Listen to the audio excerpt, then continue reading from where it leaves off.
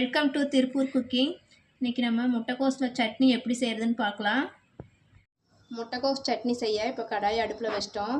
இந்த பெரிய முட்டைக்கோஸில் ஒரு அரை முட்டைக்கோஸ் எடுத்து பொடியாக நறுக்கி தண்ணியில் அலசி வச்சுக்கிறோம். இதை போட்டு வணக்கிக்கலாம். இது வணங்குறதுக்கு எண்ணெய் 2 ஸ்பூன் ஊற்றிக்கலாம். இது கூடவே சின்ன வெங்காயம் ஒரு 10 வெங்காயம் இருக்கும், அதையும் போட்டுக்கலாம். பூண்டு 4 போட்டுக்கலாம். கொத்தமல்லி 2 ஸ்பூன் போட்டுக்கலாம். கருவேப்பிலை சிறிதளவு போட்டுக்கலாம். வரமிளகாய் ஒரு 4 போட்டுக்கலாம். காரம் எவ்வளோ தேவையோ அவ்வளோ போட்டுக்கலாம். தக்காளி 1 எடுத்து பொடியாக நறுக்கி வச்சுக்கிறோம், அதையும் போட்டுக்கலாம். இது எல்லாத்தையுமே போட்டு எண்ணெய் ஊற்றி நல்லா வணக்கிக்கலாம்.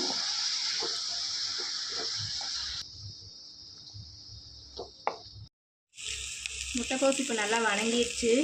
நம்ம இது கூட துருவின தேங்காய் ஒரு 1/2 கப்பு போட்டுக்கலாம்.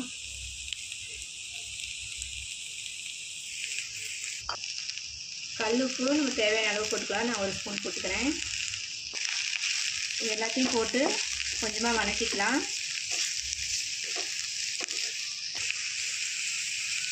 முட்டைக்கோஸில் நிறையா விட்டமின் இருக்குது. விட்டமின் சி நிறையா இருக்குது. அதனால் நோய் சக்தி நமக்கு நிறையா கிடைக்கும். முட்டைக்கோஸ் நம்ம கேன்சரை தடுக்குது. இது வயிற்று புண்ணு இருந்தாலும் சரியாகும். அல்சர் இருக்கிறவங்க இதில் ஜூஸாக போட்டு குடிக்கலாம், ரொம்ப நல்லது. இது ரத்த அழுத்தத்தை குறைக்குது. எல்லாத்தையும் நம்ம வணக்கிட்டோம். இதை எடுத்து இப்போ ஆற வச்சு நம்ம அரைச்சிக்கலாம். இப்போ முட்டைக்கோஸ் சட்னி ரெடி ஆயிடுச்சு. இதை நம்ம தாளித்து வச்சுக்கிட்டோம்.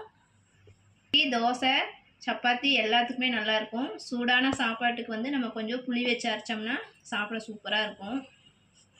இந்த வீடியோ உங்களுக்கு பிடிச்சிருந்தா லைக் பண்ணுங்கள், ஷேர் பண்ணுங்கள், சப்ஸ்கிரைப் பண்ணுங்கள். தேங்க்யூ.